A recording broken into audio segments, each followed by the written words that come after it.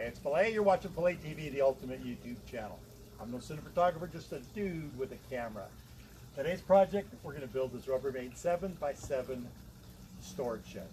The cool part about this is that the peak on the gable is on the opposite side of the doors. Normally you'd have an A-frame and the doors, and you just could never get enough space inside of a setup like that. Where all the sun that I get, my idea was here to build a lean-to, and I started searching around for these lean-to sheds, and I didn't find them. But I did find this one, which is built sideways, and as you can see, it's awesome. If you guys enjoyed this video, thanks for watching.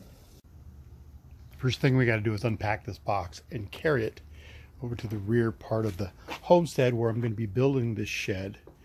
Now this box is pretty good size and weighs 350 pounds. And since I got a couple of vehicles and stuff around, I have to take it apart and carry it back there one at a time. So my first step was to cut it up and throw away as much of the cardboard as I can since today's garbage day. And then I'm going to take a look at the manual and read through it and just start looking at it and get an idea of what I want to do. So time to start hauling the stuff back. This seems like a best place to put the floor, and in turn this is where the shed is going to sit. So what I've done is kind of trenched it out a little bit and filled it in with gravel, because my yard comes as a downhill and it'll eventually all work down here. All the cement is busted up here from having so much water, so I'm going to have it sitting above that but on the gravel so it saturates underneath it. So if this is a 7x7, and I have to keep it a little bit away from the wall because I have to keep these bushes trimmed. So my first thing I'm going to do is I'm going to screw it together with the screws that they have here. You know, it's like 8 or 10 screws, and the two floors will become one.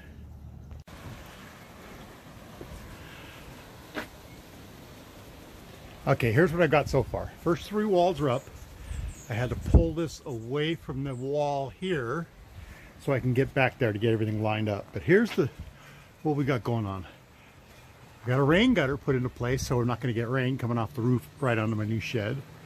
And I was going to cut these bushes back, but I haven't got around to it yet. But I have plenty of clearance behind the shed where I can keep these bushes trimmed. I may put a trellis and have it grow up to try and keep some of the sun that we get in late summer. So I've moved my screen shed, I guess I'm calling it now because the cover wore out in a year. Moved that out of the way, and this is where I'm going to be putting this shed. As I was unpacking it, I noticed this forklift gig right here. As you can see, I got lucky and it didn't hit the mounting points for that center brace. So instead of going through the whole hassle, I'm just going to live with it. It's on the inside, and you know, we'll figure it out.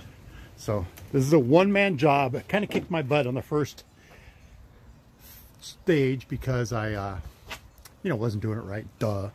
Looked at the manual like 3 times trying to figure it out. Thought I had the wrong panel, and of course I didn't. I just put in the wrong panel in the wrong place. So I'm going to set the camera down and I'm going to get back to work on this. I will have to move my little gazebo here because I will not be able to open the doors once it's built. All right, I will be back shortly. Anyways, this is the Rubbermaid 7x7 shed. This is the damage piece. You can see forklift blades went through here. It even left some of the plastic from the packaging.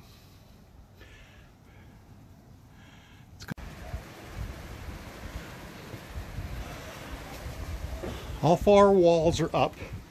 Well, 3. So I got to do the door. Now there's some roof bracing that goes in here. I mean, this is definitely a one-man job, but it's better to have 2 people because when you cuss when something doesn't fit, nobody's going to hear you. So, no, seriously, it's a one-man job. And I'm an old guy with some bad shoulders, and I'm still able to get this far so far. All right, let's get the rest of this bolted in so we can get a roof on it. Next step here was to get the Gable Peaks into place, which was pretty simple, you know, because you have this long rod here and you use those same kind of brackets and you just put in 4 screws Now, I'm going to have a little clearance issue with the rain gutter I just put up yesterday, but I'm not going to do anything about it because I could always raise it up and screw it back down. All right, the peaks are up.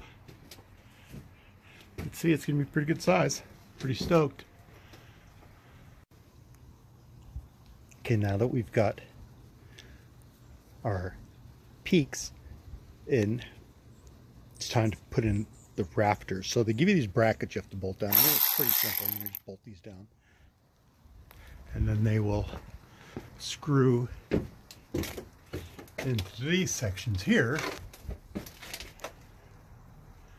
And those will make your rafters. Pretty straightforward. Okay, now it's time to put the rafter braces into place. Okay, but you have to, the instructions show that you just have to screw it into these two center braces. Piece of cake. What they don't tell you is that these holes need to be up.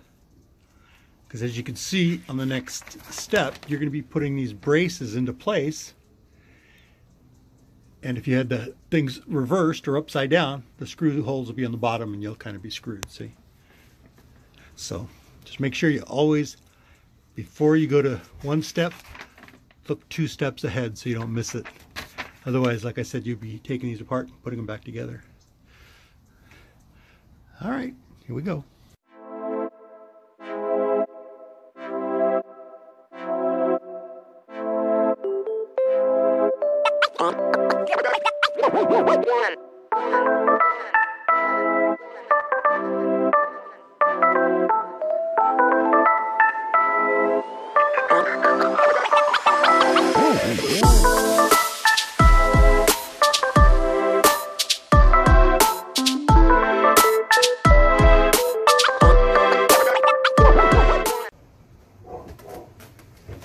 Okay, with cross braid S8 in place, we're just going to screw it into place where it wants to be. The provided holes.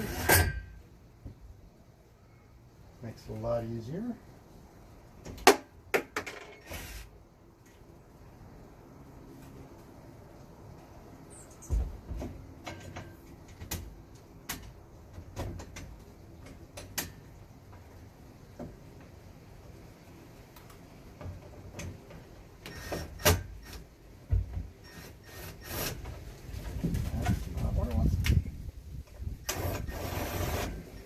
Okay, that's a bracket on the other side. Slips into there, sits over the top of that.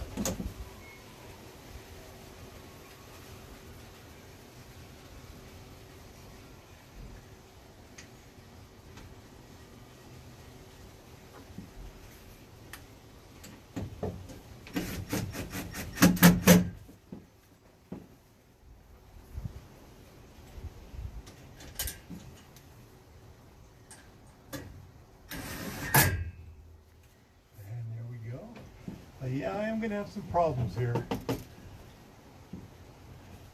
better address that now. Oh, I might even have... Oof. All right, I'm going to have to move the shed over by about 5 inches. But I'm going to wait until I know it's 100% secure before I try and drag it again. Looks like it's right there.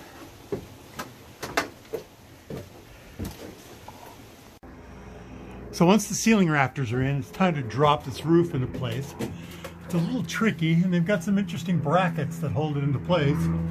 But once you start getting the brackets put in, a couple of screws and a couple of pins, it actually holds together pretty well.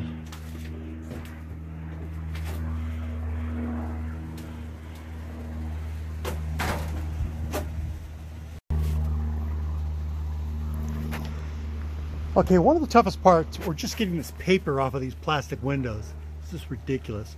And I can't believe they use a number 20 screw to hold these things in. But it's nice because they come with a rubber seal, which is of course too long, but it seems to be okay. So the next step is going to be putting the windows in.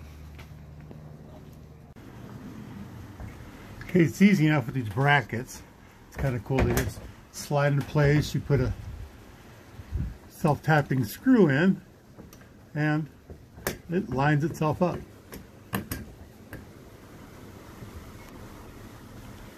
You know, self-tapping screws are the greatest things. So anyways, the brackets just go into place and they flip up underneath here. As you can see, that'll hold the window into place. So next it's time to put up the arches. See? That's going to be just like that.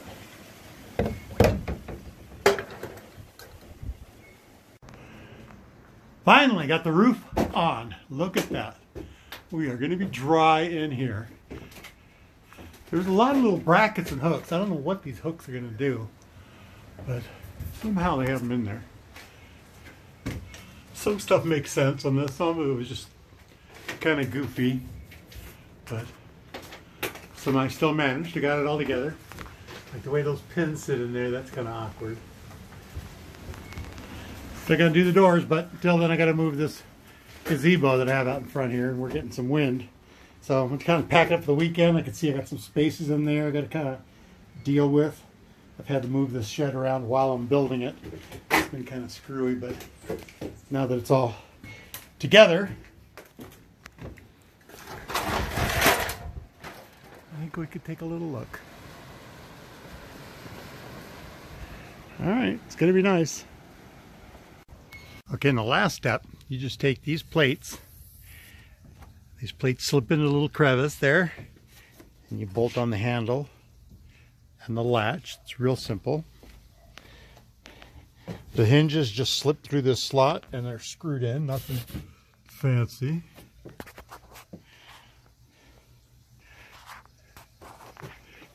And then give you these little latches to put it into place. I can't do it with my hands full.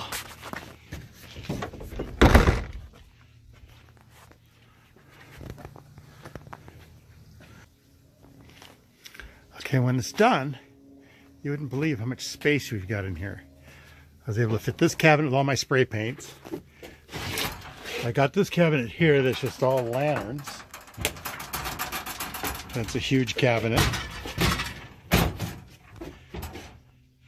Still got room for compartments and a rolling rack.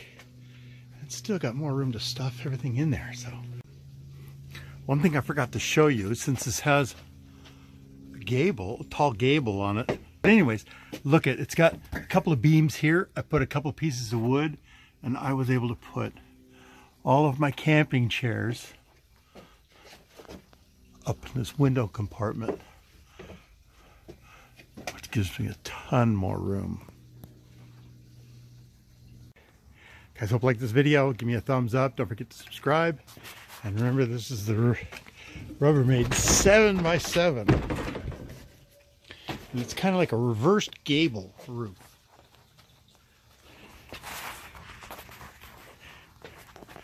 All right, thanks for watching. Phila TV.